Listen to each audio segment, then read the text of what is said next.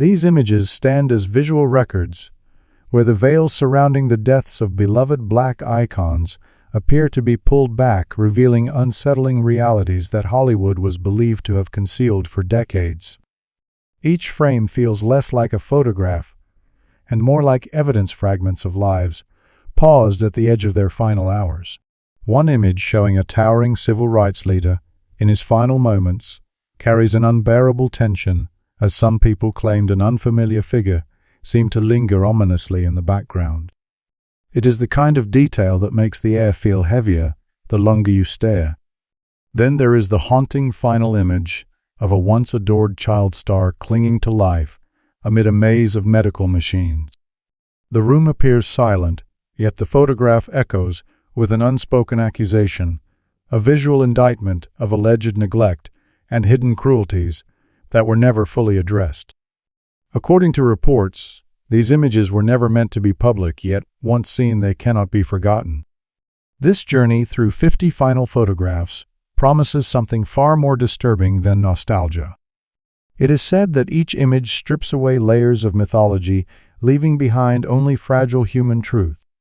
These are not moments of triumph, but of exposure, the last irreversible seconds before history closed its doors. What remains are faces caught between exhaustion and resignation, fame and isolation, light and shadow. And as each photograph pulls us deeper, one question quietly forms: who benefited from the silence that followed?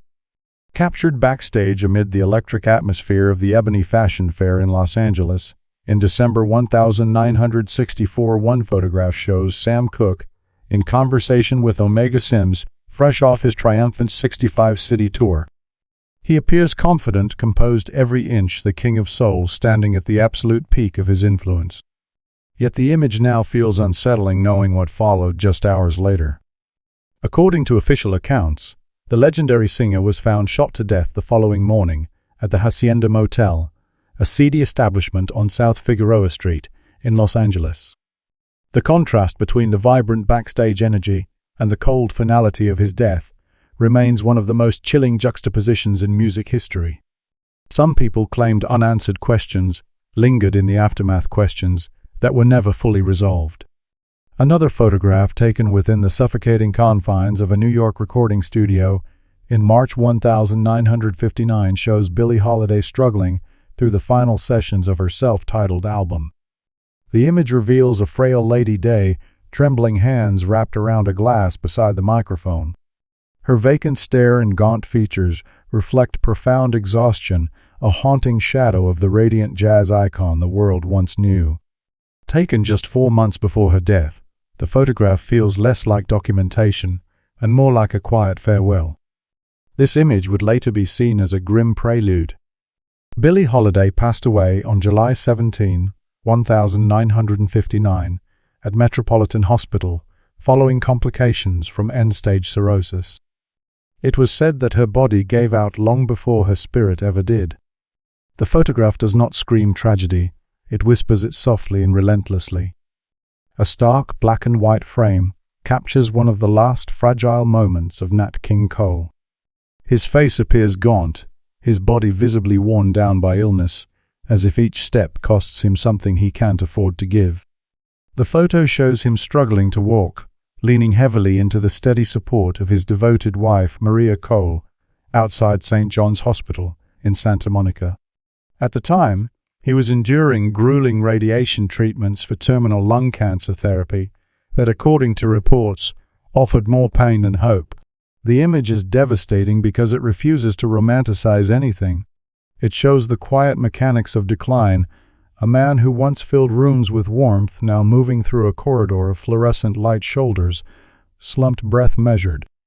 There is no stage here, no orchestra, no applause, only the slow, relentless countdown of a body reaching its limit. Shortly after these images were taken on February 15, 1965, Nat King Cole passed away at just 45 years old. The photograph becomes a reminder of how quickly fame can be replaced by fragility. Another frame freezes Otis Redding beside his private Beechcraft H-18 in Cleveland on December 10, 1967. He stands close to the aircraft like a man who has done this 1,000 times yet. The photo now reads like a warning in hindsight. It remains the final glimpse of the soul singer before he boarded the flight to Madison, Wisconsin, a flight that it was said never stood a chance against what waited in the sky. Tragedy struck within hours. The aircraft plunged into the icy waters of Lake Monona amid treacherous weather and thick fog. The details have been discussed for decades, but the ending remains the same. Otis Redding was gone at 26 years old. What makes it even more haunting is that he had recorded sitting on the dock of the bay just 3 days earlier, as if he somehow sensed the edge of the world approaching. The photograph, once ordinary, now feels like a final signature left behind. Then comes an image that carries an almost unbearable weight. Dr. Martin Luther King Jr. stands with his inner circle on the second-floor balcony of the Lorraine Motel in Memphis, Tennessee, on April 3, 1968. It is believed to be the last photograph of the minister taken while he was in town supporting black sanitation workers on strike. In the frame there is no dramatic pose, just quiet purpose, tired eyes, and the stillness of someone carrying history on his back. The next evening, April 4, King returned to that same balcony before heading out to dinner. A sniper's bullet struck him from across the street. Officially, James Earl Ray was identified as the shooter, but the gravity of the moment has fueled questions ever since, questions that refuse to disappear even when time tries to bury them. King died at only 39, a global symbol of peace cut down in a place that should have been temporary shelter. The photographs don't just show people. They show systems tightening around them. They show the moment before the world changes and the moment after, when the silence becomes its own kind of evidence. And as these frames pile up, another question forms beneath the surface. When the dust settled, who stood to gain from the chaos, the loss, and the unanswered shadows? One photograph captures Whitney Houston stepping out of the True Hollywood nightclub in the early morning hours of February 10, 2012. The flash of paparazzi lights freezes her mid-motion, visibly shaken hair, disheveled, her expression distant and unsettled. Earlier that night, according to reports, she had been involved in a heated confrontation at a pre-Grammy party. Security eventually escorted her away, and the cameras caught what would become her final public images, a woman once defined by vocal perfection, now appearing physically and emotionally fractured. The following afternoon, her body was discovered submerged in a bathtub at the Beverly Hilton Hotel. Authorities later ruled her death a drowning complicated by heart disease and cocaine use. Yet the image from the night before lingers uneasily. Some people claimed it looked less like the end of a party and more like a warning no one wanted to hear. Another frame halts time inside the Audubon Ballroom in Harlem on February 21, 1965. Malcolm X stands at the podium delivering what would become his final appeal for justice. His posture is firm, his voice captured mid-thought. Only seconds after this image was taken, gunfire erupted. 3 assailants stormed the stage, firing at point-blank range. He was killed in front of his wife and children. The photograph, meant to document a speech, instead became the last visual record before chaos tore through the room. A quieter but equally devastating image shows Dinah Washington confined to a hospital bed in late 1963. Her face looks weary, fragile, marked by years of relentless pressure. Beside her sits close friend and fellow singer Brooke Benton, offering gentle care. Earlier performances had already revealed visible exhaustion, the toll of insomnia, diet pills, and constant demand. Only weeks later, Dinah Washington was found dead in her Detroit home. Her death was ruled an accidental overdose. The photograph feels less like recovery and more like a final pause. In April 2016, paparazzi captured Prince leaving a local pharmacy near his Paisley Park estate. He is dressed entirely in black, his movements guarded, his expression distant. According to reports, he had been seeking pain medication amid chronic hip pain and a private struggle with opioid dependence. Just 15 hours later, his body was discovered inside an elevator at Paisley Park. The image, released shortly before his death, now reads like a closing frame to a story he never wanted told. Then there is the final photograph of Tupac Shakur seated beside Suge Knight inside a black BMW on the night of September 7, 1996. They had just left the MGM Grand in Las Vegas. Minutes later, their car was ambushed at a red light. Tupac was struck multiple times. After 6 days in critical condition, he died on September 13. The image remains suspended in time, unaware, calm, deceptively ordinary moments before violence erased the future. These photographs do not shout. They wait. They sit quietly, holding the weight of moments when systems failed protection, vanished, and silence followed.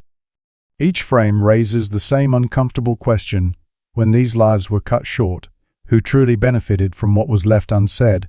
One tender family portrait preserves Donny Hathaway smiling beside his wife and 2 young daughters in early 1979.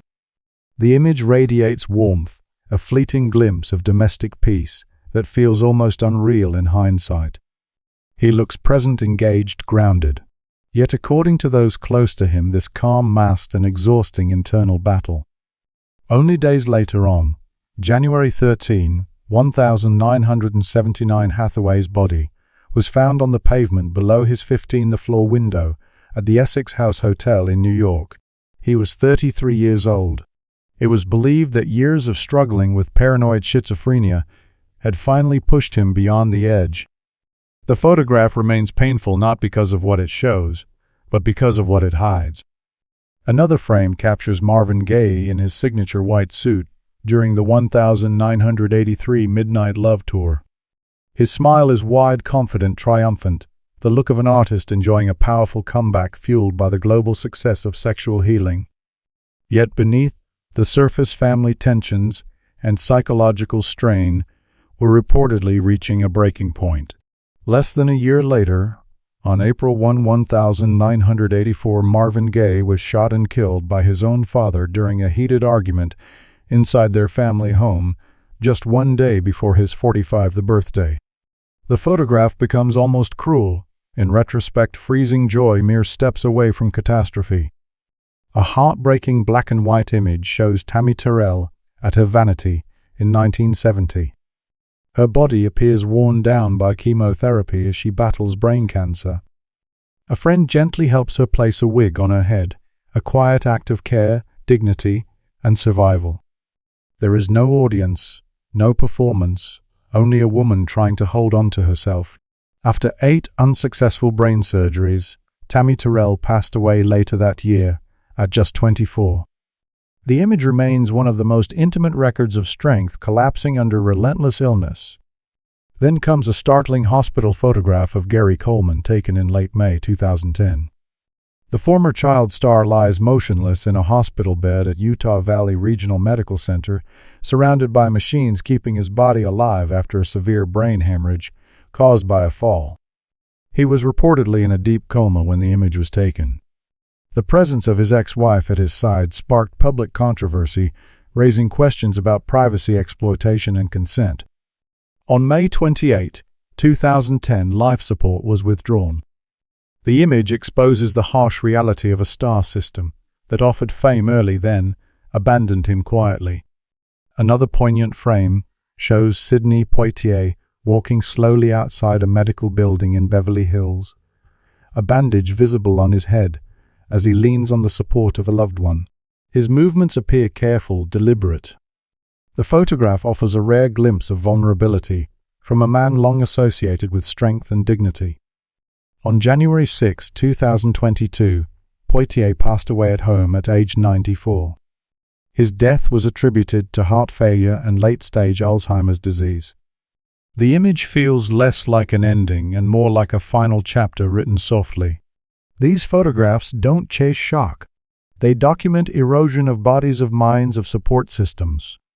They show how success can coexist with isolation and how legacy offers no immunity from decline.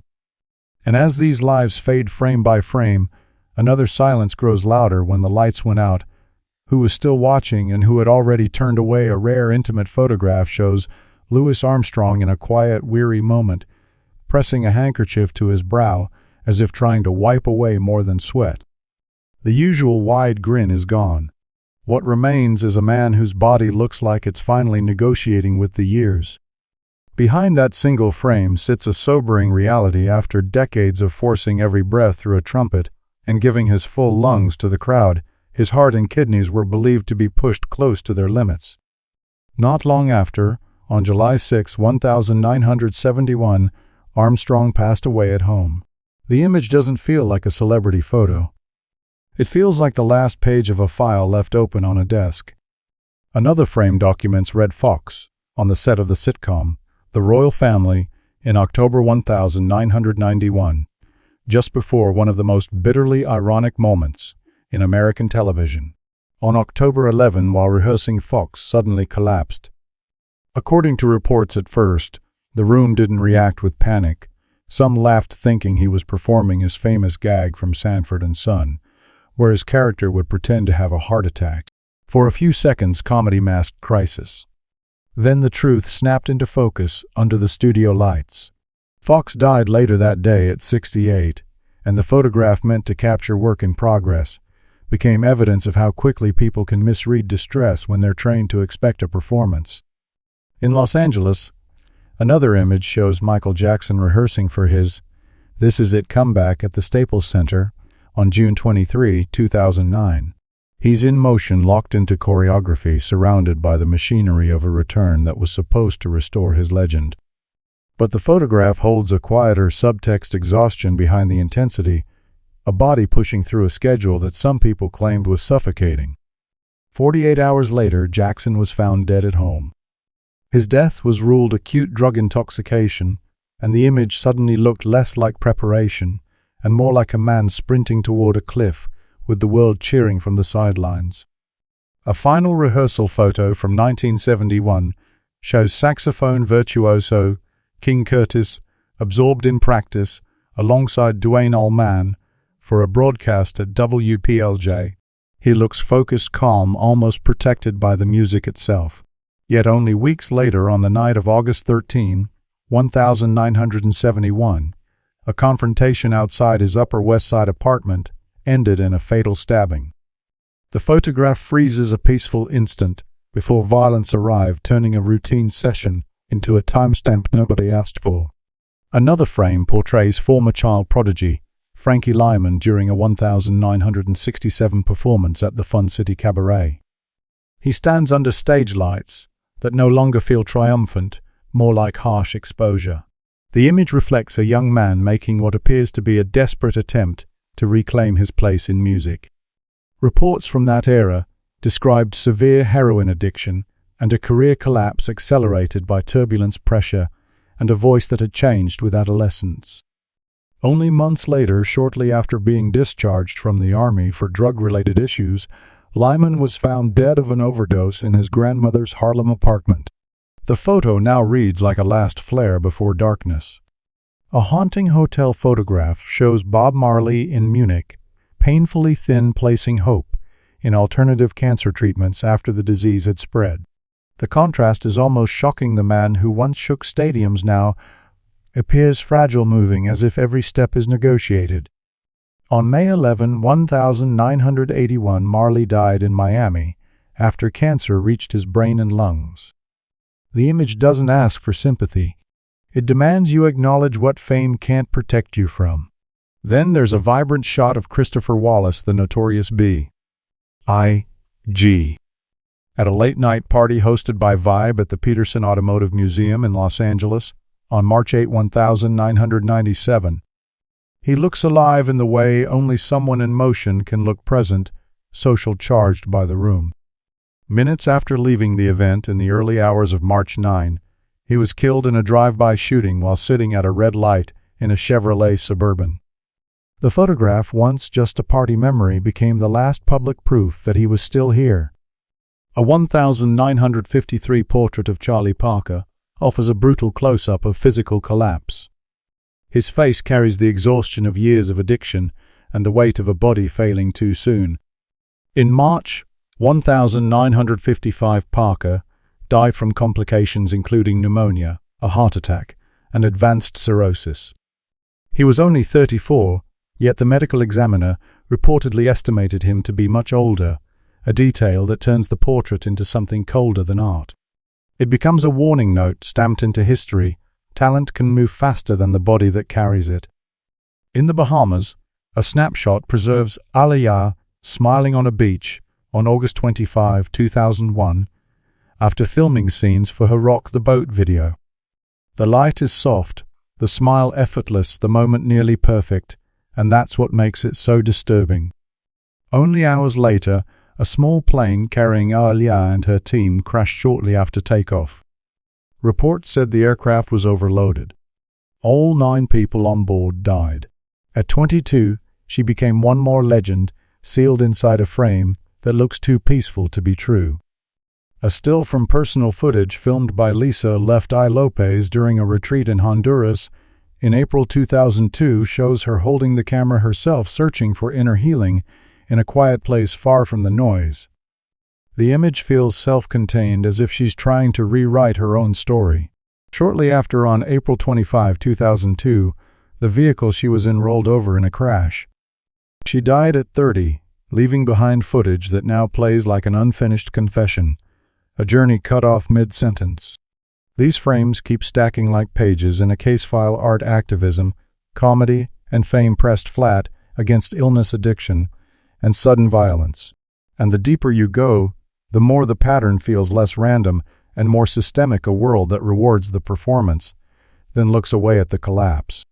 When the final images surfaced, who controlled what the public was allowed to believe, and who quietly benefited from the gaps left behind? A quiet summer snapshot shows Shorty Long standing near a dock along the Detroit River in 1969. The water behind him appears calm, almost indifferent, as if concealing what was about to happen. Just hours after this image was taken, the boat carrying Long and a friend capsized after being struck by the wake of a larger vessel. The river turned unforgiving without warning.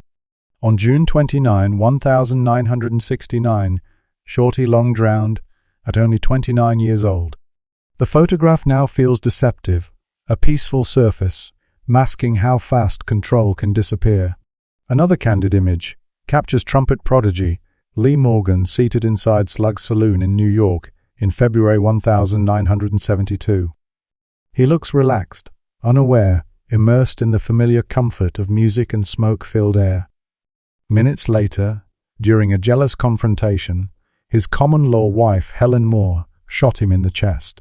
Paramedics were delayed by snow, and Morgan bled to death inside the club.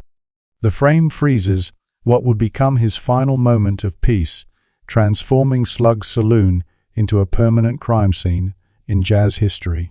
A press photograph taken on June 12, 1963, shows Medgar Evers standing outside the NAACP headquarters in Washington, D.C., alongside a delegation of supporters. The image appears routine, official, nothing that suggests danger. Yet some later claimed the most unsettling detail is a stranger visible behind the group, his presence raising questions only after Evers was assassinated at his home later that night. Whether coincidence or something darker, the photograph has fueled speculation for decades, leaving behind a silence thick with unresolved suspicion. Another raw paparazzi image exposes David Ruffin during his final night in Philadelphia on June 1, 1991. Taken inside a drug-filled room, the photograph shows traces of excess scattered across a table, despite attempts to hide them. There is nothing glamorous here, just exhaustion, isolation, and collapse. Only hours later, Ruffin was pronounced dead from an overdose at age 50. The image reads less like scandal and more like evidence of a system that watches destruction but intervenes too late. A serene garden photograph taken at the Samarkand Hotel in London on September 17, 1970 shows Jimi Hendrix sitting quietly, unaware he was being photographed by his girlfriend. The frame feels almost gentle. Yet within 24 hours, Hendrix would be dead. According to official reports, he died from asphyxiation after ingesting sleeping pills combined with alcohol. The calmness of the image stands in brutal contrast to the violence of the end, turning serenity into something unsettling. Another stark portrait shows Easy A during his final days in early 1995. His rapid physical decline shocked fans worldwide just weeks after he publicly revealed his AIDS diagnosis. The photograph, taken shortly before or during hospitalization, stripped away the armor of hip-hop bravado and exposed vulnerability in its rawest form. On March 26, 1995, Eazy-E died from AIDS-related complications, leaving behind unanswered questions about awareness, stigma, and silence within the industry. Then comes a haunting studio image from Dayton, Ohio, dated April 25, 1999. Roger Troutman is seen inside his private recording space, surrounded by equipment that once amplified his genius. Hours later, he was shot and killed by his own brother and manager, following a financial dispute. The violence didn't stop there. His brother later took his own life. The photograph becomes more than documentation. It marks the exact point before family business and blood collided. A dim nightclub photograph from 1969 captures Wynonie Harris slumped under stage lights, his body visibly worn down. Years of alcohol and tobacco had taken their toll. The image offers no illusion of recovery. Harris later died of esophageal cancer at age 53, his decline unfolding far from the spotlight that once celebrated him. Another devastating frame shows Jackie Wilson mid-performance at the Latin Casino in Cherry Hill, New Jersey, on September 29, 1975. While singing Lonely Teardrops, he collapsed from a massive heart attack. The audience initially applauded, believing it was choreography. Instead, Wilson fell into a coma that lasted 8 years until his death in 1984. The image captures the moment, performance blurred fatally with reality. A rare studio portrait from 1937 shows Robert Johnson, one of only 2 known photographs of the blues pioneer. A year later, he was dead at 27, reportedly poisoned by a jealous husband. The image feels mythic, now less evidence, more legend, but its existence anchors the story in something painfully real. These photographs continue to pile up like sealed folders, reopened too late. Accidents, addictions, violence, illness, different endings, same silence. Each frame forces the same uneasy reflection: were these tragedies inevitable or simply convenient? And when the stories ended, who was left holding the narrative? A late 1990s image shows Mabel King in a period of severe decline, relying on oxygen tubes to breathe. The photo is difficult to look at for long, not because it is graphic, but because it reveals the cost of a body fighting a war it can't win. Years of diabetes complications reportedly stripped away her strength piece by piece, including the immense loss of both legs to amputation. After a long battle, Mabel King died in Los Angeles on November 18, 1999, at 66. The photograph turns medical reality into a cold, undeniable receipt. Another haunting photograph functions like an indictment of Mary Wells' final hours. Once celebrated as a shining Motown star, she is seen hunched on a street corner, her body marked by illness and hardship. According to reports, she was battling laryngeal cancer, while also facing poverty so severe she lacked health insurance. Mary Wells died on July 26, 1992, at 49, said to be in financial ruin, surviving in part on donations from friends. The image doesn't just document decline, it forces a question about how an industry can profit from a voice, then abandon the person. A vibrant studio photograph taken on July 8, 2004, shows Rick James working on music, seemingly alive inside the place that always made sense to him, a recording room. He appears focused, present, like a man still chasing sound. Less than a month later, on August 6, 2004, he was found dead at his Los Angeles home. His death was attributed to heart and pulmonary failure, reportedly tied to long-term health problems, including diabetes, post-stroke complications, and an enlarged heart. The contrast between the creative energy of the image and the final outcome makes the room feel haunted. A black-and-white portrait taken in New York on February 3, 1937, captures the powerful spirit of the Empress of the Blues, Bessie Smith. The photo radiates confidence and revival, a woman preparing to reclaim her place after hard years. Yet 7 months later, on September 26, 1937, she died in a car accident on Highway 61 in Mississippi. The photograph reads like a cruel prophecy, a revival planned, a future imagined then abruptly erased. Another stage image from 1984 shows Esther Phillips performing in what would become one of her final appearances. Behind the microphone, she appears steady, but some reports suggested she was living under the long shadow of heroin addiction. Only months after that performance, on August 7, 1984, Phillips died, at 48, from severe liver and kidney failure believed to be linked to years of substance abuse. The photograph doesn't show collapse, it shows endurance, which somehow makes the ending hit harder.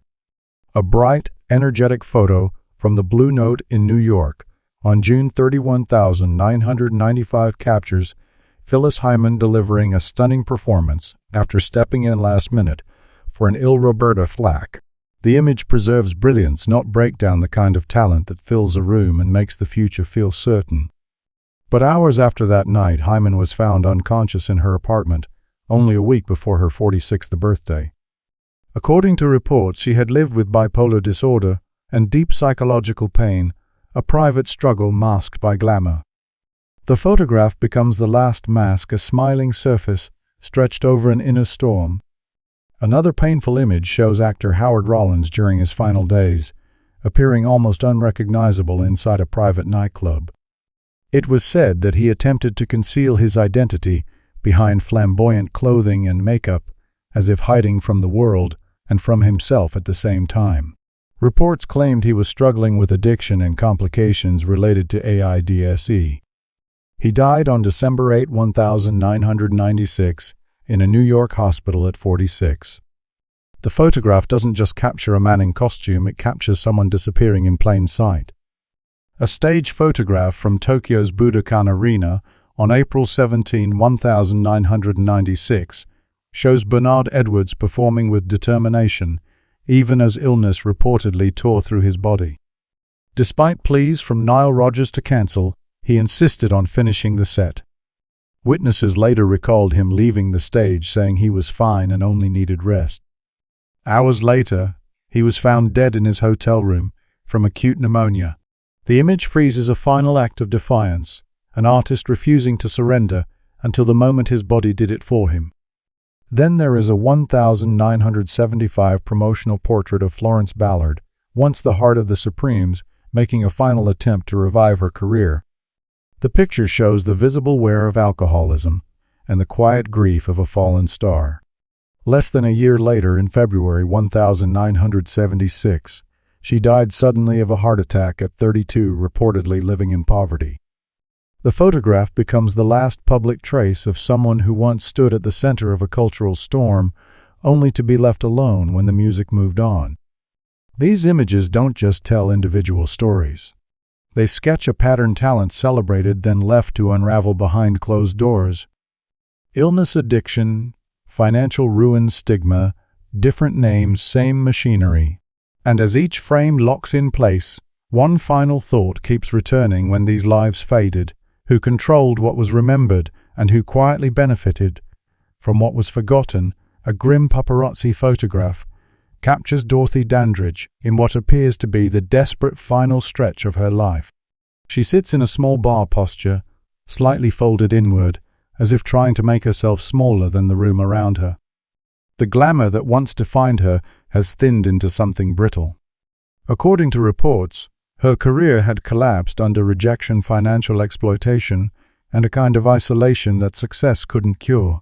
The most disturbing part isn't what the photo shows, it's what it implies: a star left to negotiate survival alone.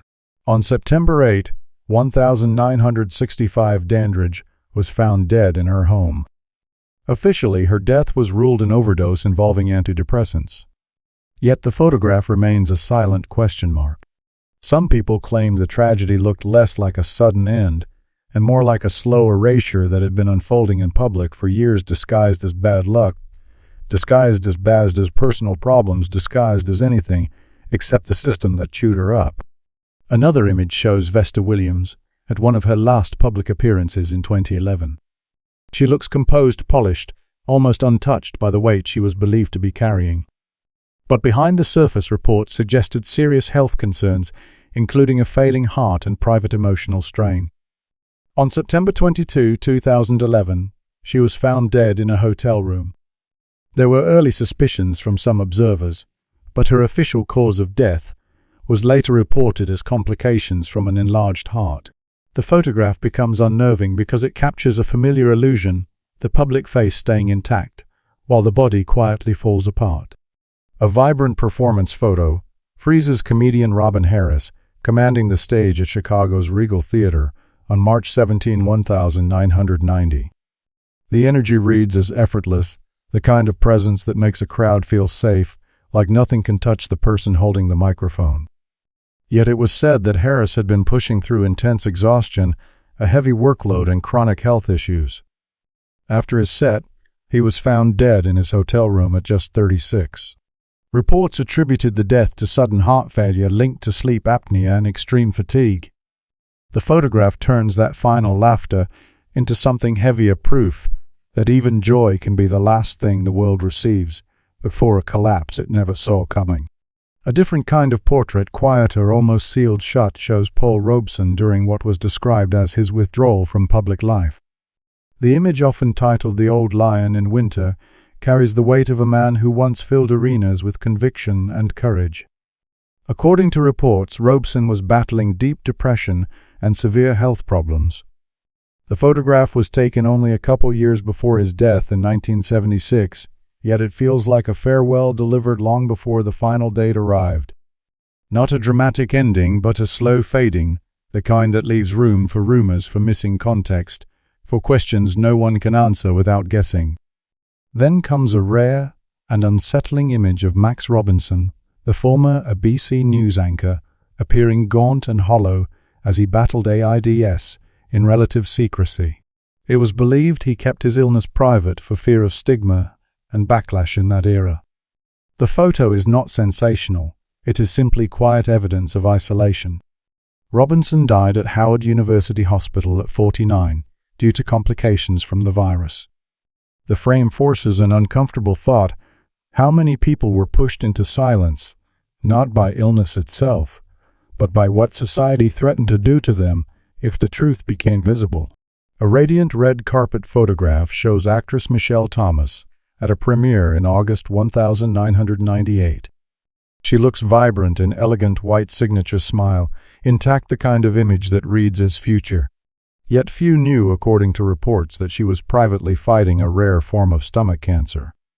Despite surgeries, her condition did not improve. 4 months later, on December 23, 1998, she died at just 39. The photograph becomes a cruel artifact, a bright public moment that cannot warn you about what was already happening beneath the surface. By now, the pattern is impossible to ignore. Some died under the weight of illness. Others were swallowed by addiction, violence, exhaustion, or poverty. And in the space between each final photograph and each final headline, there is always a gap, a brief, chilling silence, where answers should have been. That gap is where the documentary truly lives. Because the most unsettling part of these final images isn't only the tragedy. It's the way the world keeps moving afterward, as if the person was the only thing that had to stop. Contracts continue. Archives get packaged. Narratives get polished. And when the story is retold, it's often cleaned up just enough to protect the people and systems that were closest to the damage. So, the last question isn't only how they died. It's who got to decide what the public would believe about why. If you know someone whose life or personality mirrors this